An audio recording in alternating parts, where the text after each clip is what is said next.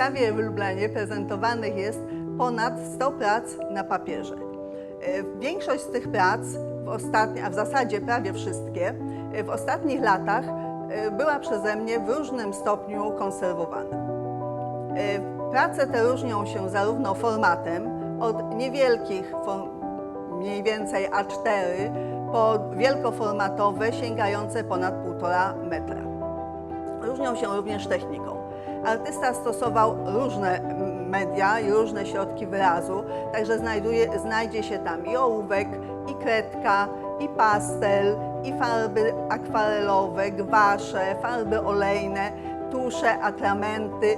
Często mieszał różne techniki w jednej pracy, także to również sprawia pewną trudność konserwatorską.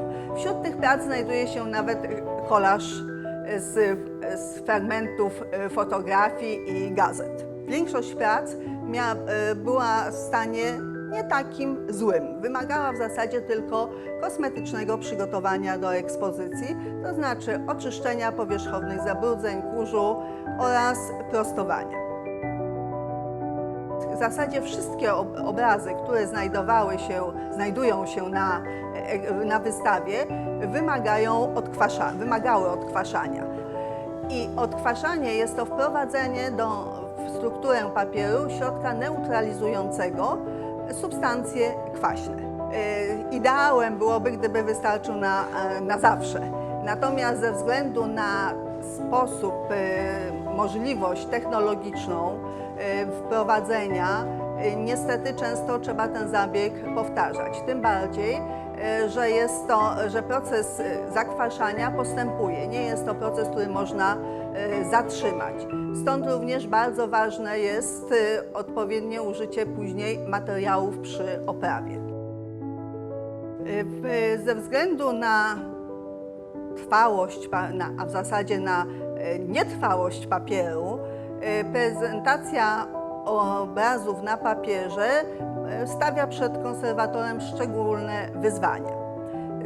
Kruchość papieru, która rośnie również z czasem, jego olbrzymia wrażliwość na uszkodzenia mechaniczne i wrażliwość na drobne nawet zmiany wilgotności, skutkująca czy to powstawaniem kolejnych zniszczeń i deformacji, wymaga zabiegu dublowania. Technika dublażu polega na naklejeniu od odwrocia na cały arkusz papieru warstwy papieru japońskiego, cienkiego papieru japońskiego, nazywanego bibułką japońską. Stosowanym tutaj spoiwem, klejem jest klejster z krochmalu pszennego z dodatkiem kleju na bazie metylocelulozy. Bardzo dobrym zabiegiem ze względu na kondycję papieru stosowanym w konserwacji jest płukanie lub kąpiel w wodzie. Niestety zabieg ten nie zawsze można przeprowadzić, szczególnie tam, gdzie jest warstwa malarska czy inna warstwa nieodporna na działanie wody. W obrazach Wróblewskiego zastosowano jedynie w kilku monotypiach, które są odporne na działanie wody. Zabieg taki pozwala na wypłukanie szkodliwych substancji z papieru, co nie tylko wpływa na jego wytrzymałość i kondycję, ale i na odporność na późniejsze zniszczenia, ale również rozjaśnia go, usuwając różne ściemnienia, przejaśnienia, plamy i tym podobne.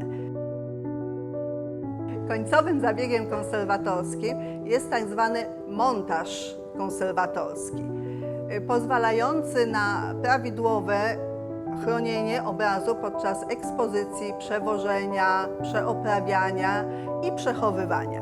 Przykładem dzieł o bardzo mieszanej technologii są dwa obrazy przedstawiające chłopców z rzeźbą. Obrazy te również zostały zdublowane na bibułkę japońską i zamontowane na panelach z wykorzystaniem warstwy w formie plastra miodu.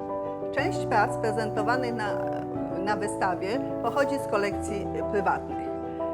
Wymagają one specjalnej troski, ponieważ na co dzień nie ma do niej dostępu konserwator, muzealnik. Należy zwrócić właścicielom uwagę na sposób ekspozycji i przechowywania. Przede wszystkim istotne są oprawa, montaż i ochrona przed negatywnym wpływem światła, a w szczególności promieniowania ultrafioletowego. Przez wiele lat, ponad 10, w współpracy z Fundacją Andrzeja Wróblewskiego pracowałam przy wielu projektach. Przez moje konserwatorskie ręce przeszło około 400 prac. Było to wyjątkowe doświadczenie, szczególnie dla konserwatora, który dotychczas zajmował się książkami, dziełami sztuki pochodzącymi z XVII-XVIII wieku.